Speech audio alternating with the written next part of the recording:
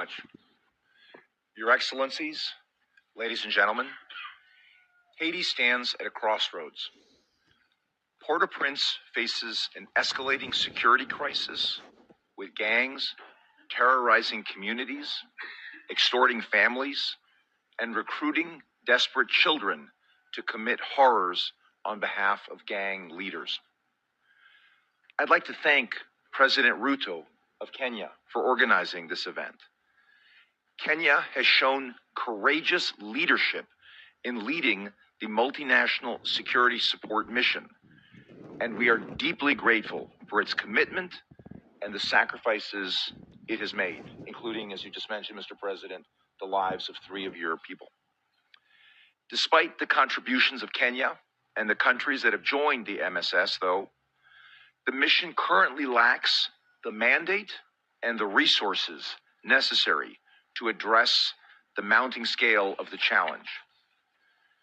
That is why the United States and Panama have worked with Haiti to introduce a UN Security Council resolution to establish a larger gang suppression force with a broader mandate and a UN support office for Haiti, which would provide the necessary operational and logistical support for the force. This effort responds to the call from our partners in Kenya, as we have just heard, and has the full endorsement of Haiti. All 32 members of the Organization of American States have likewise signed on to a joint statement calling for the urgent passage of this resolution. It's not that often you get all 32 members of an international body to agree on something.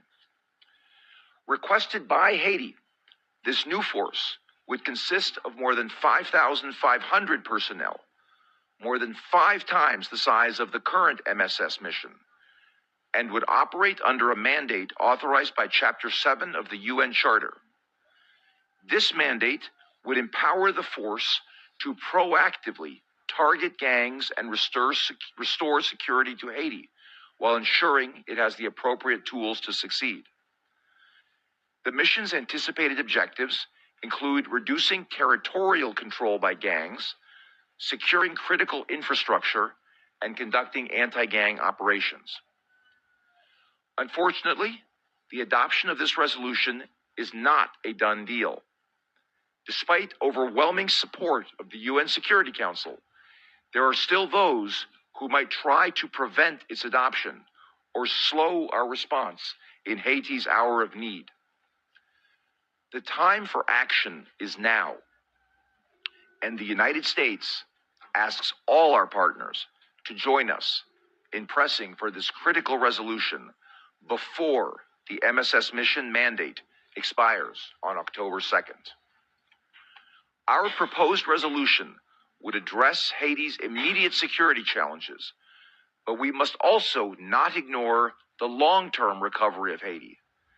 The era of impunity is over for individuals promoting violence and undermining the country's stability and governance. The United States has already taken decisive action to support restoring democratic governance, but we are not done. We welcome others to join these efforts.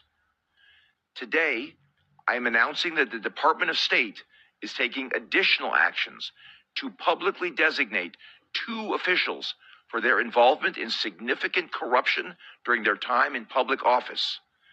The actions of Arnel Belizaire, a former member of the Haitian Chamber of Deputies, and Antonio Cherami, a former Haitian senator, have both had a destabilizing effect on Haiti's democratic institutions and processes. Our designation renders Belizaire, Cherami, and their immediate family members ineligible for entry into the United States. The U.S. government will remain relentless in pursuing those supporting terrorist gangs through indictments, arrests, sanctions, armed seizures, and other immigration restrictions. The United States has long been a partner and a friend to Haiti. However, we cannot continue to bear the lion's share of the financial burden in addressing the hemisphere's security threat. That is why we call on all UN member states to support the creation of a GSF and UN support office and to provide the resources required to stabilize Haiti. This is not a crisis that can be ignored or deferred. It demands urgent, coordinated, and decisive action. The people of Haiti cannot wait. Thank you.